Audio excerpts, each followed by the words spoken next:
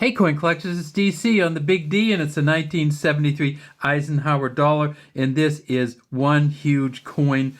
You see one over here with no mint mark there underneath his neck, so that means it's a Philadelphia coin. We see one over here with a D mint mark underneath his neck. That's a Denver coin. And how big are these coins? Well, here's a $50 Kennedy half. It just dwarfs the $50. Here's a quarter, United States quarter from the 90s. So this is how big this coin is. It's just a huge, big coin. It is 75% copper, 25% nickel over a pure copper center. So the inside's 100% copper.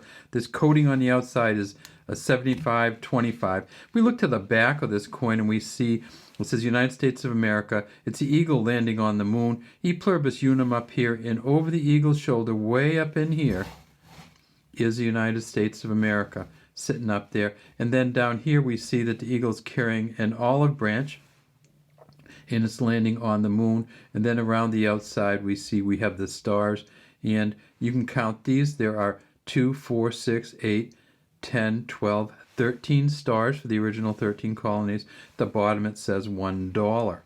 On the front of these coins it says Liberty above Eisenhower's head, and this is a kind of striking image of Eisenhower, our U.S. president and the commander of Allied forces in World War II.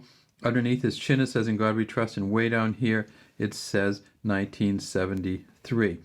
Now these coins here were a Frank Gasparo, Michael Collins, and James Cooper design, and were not distributed to banks. You can only get the 1973 Eisenhower dollars in a mint set or a proof set. Well, there's one other category you can get them in. You can get a silver version, which comes with its own envelope. And we'll talk about all three of those as we go through this.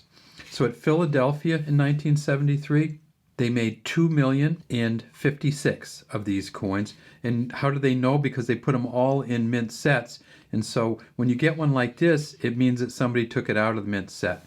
Why would they take it out of the mint set? Well, there's a number of reasons. Let me show you one of the mint sets right here. So the mint sets are going to have a blue version, which is from Philadelphia, and they're going to have all the coins from 1973. So you see the 1973 penny, but they have two pennies. They have the S penny, which you see right there, the Philadelphia penny, the dime, the nickel, the quarter from Philly, the dollar from Philly, and the $50 from Philly, and that one's upside down. That's for the Philly set. Then they also in the envelope have the quarter, dollar, half, penny from Denver, dime from Denver, and nickel from Denver. So you have the Denver set, which is in the red, the Philadelphia set, which is in the blue, and then you have an extra penny from San Francisco, because in 1973 they still made pennies, regular circulating pennies, at the San Francisco Mint. The highest price for a 1973 Philadelphia coin at auction was $7,638. Currently, PCGS, the grading service, says the Mint State 66 Plus goes for about $4,500, and they found 24 of them. They also made these at the Denver Mint, and you can tell the difference to Denver Mint. See this little D down here? No mint mark means Philadelphia. D mint mark means Denver. And this one you can see, if you tip it up a little bit, they actually hit it so hard they made a dent in the coin where the D is, and you can tip it up and kind of see how it recessed a little bit there. And if you tip it up enough, you can also see the initials on the bottom of the neck here. So this 1973 Denver coin, they made the same amount, essentially, 2 million. The auction record is $12,925. Currently, PCGS says the best ones go for about $2,650, and those are Mint State 68s, and they found 17 of them. These coins all weigh 22.7 grams, except for the silver one. The silver one weighs 24.6 grams. So if you're worried about whether it's silver or not, first thing you do is you just look on the edge and you see that copper, you know it's not a silver coin. But if you don't see that copper on the edge, weigh it, and if it weighs 24.6 grams, it's a San Francisco silver coin. Now, they also made this coin in a proof set. I'm going to show you the 1974 proof set. And you can tell the proof sets because it's going to be from San Francisco, and you can see that S down there under Eisenhower's neck. The proof set's going to have all the coins in it also. So it's going to say United States proof set on it right down there at the bottom. And then if you look through, it'll have all the coins. In the proof sets, these are not going to be silver. That's a different coin. The silver coin only comes in its own envelope. So don't get fooled by the people on eBay or Etsy or whatever that are saying they have a silver mint set from 1974, because there was no such one. It's a San Francisco mint. They made these in a clad version, and that's what this is. And they made 2.76 million of them in a clad version. The auction record for San Francisco is $5,405. Currently graded 61 proof 70s, and those go for about $3,700 each. If you do find a silver one, again, it's going to be in separate packaging. In fact, let's show you one of those from eBay in the separate packaging for the silver coin. If you are looking for the silver Eisenhower dollar, be very, very careful. A lot of people out there sell sets and they say that they're silver sets, but they didn't come in a silver set. If you're getting the silver Eisenhower dollar from 1973, it's going to be sold separately in one of these little packages here. And you can see the package, the blue envelope package that it comes in there. Then you can see the token down there with it. And then you can see the 1973, if we can get that focused, Eisenhower dollar right there. And this one's on eBay for about 22 bucks. You may see other ones sold on eBay in sets. They're not going to be silver, so don't go wrong on that.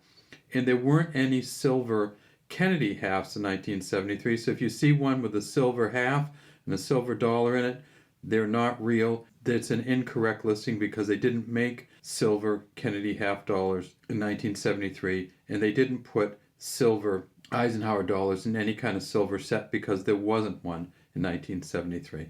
All right, let's get back to our coins. Okay, so that silver coin, they made 1,013,000 of them. It's going to be 80% silver, 25% copper on the outer layer. The inner layer is going to be 79% copper, 21% silver. So essentially an 80-20 blend on the outside of silver and a 80-20 blend on the inside of copper and silver. So the auction record for a San Francisco silver coin is $17,250 at a Heritage auction in 2008. Currently, they've found 246 proof 70 deep cameo silver coins, and so the price has gone down all the way down to $1,350 for a silver deep cameo proof from 1973.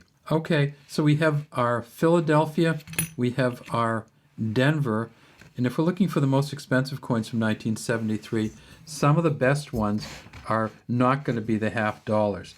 The most expensive of all the coins from 1973 are going to be a half dollar from Denver, one of which went for $11,000. You can see that D down there in the Kennedy half.